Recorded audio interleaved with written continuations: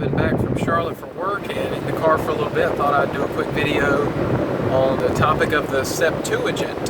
What is the Septuagint and why should you care? If you are a Bible study student, you may have heard of the Septuagint. I heard of it a long time ago, but I never actually used it for anything until something I was studying over this past week. And man, I wish I would have known about this sooner. It's such a good resource. So this is not meant to be a detailed history or explanation of the Septuagint, just some high-level stuff. You can Google it. You can look it up on Wikipedia. To tell you what it is, it's a Greek language edition of the Hebrew Bible, the Old Testament. Our Bibles today, the Old Testament is from a Hebrew text and the New Testament is from a Greek text. So if you were to use your Blue Letter Bible app or some other app that has a concordance in it, then you look up a word in the Old Testament, you're going to get a Hebrew word. If you look at it in the New Testament, you're going to get a Greek word. Well, in the first century, the time of Yeshua and the apostles, the Jews were spread all over the Roman Empire, and you know that Greek was a popular language at that time, obviously, since I believe all of Paul's letters were written in Greek. And the deal was, a popular Bible at the time was the Septuagint Bible. This Bible had been around for over 100 years before the time of our Messiah, and it was a very popular version of the Bible. In fact, if you're reading some of the gospel writers where they have quoted from the Old Testament, you'll go look up the quote that they're referencing and see that it's worded slightly differently. Why wouldn't it be exactly the same? The reason for that is oftentimes they are quoting from a Greek Old Testament, and we're using not using a Greek Old Testament. Our English translation comes from the Hebrew Old Testament. Theirs came from Greek in the Greek Bible that they were using. Anyway, you get what I'm saying. So why should you care about this?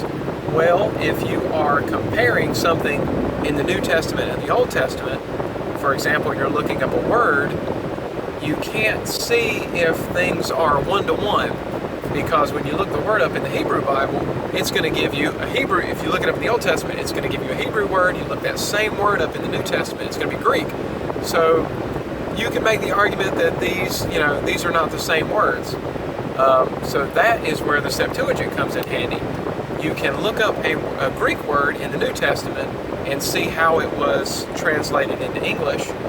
Then you can pull up your Septuagint and look up a verse from the Old Testament and see Greek instead of Hebrew. And that will help you connect verses from the Old Testament to verses in the New Testament. And I want to do another video to explain this, because what prompted me to do this was looking up the word grace to see how often does the Old Testament, particularly the Torah, speak about grace, and how often is it in the New Testament. Well, if you simply do a search in your ESV Bible for the word grace in the Torah, you will not find one entry.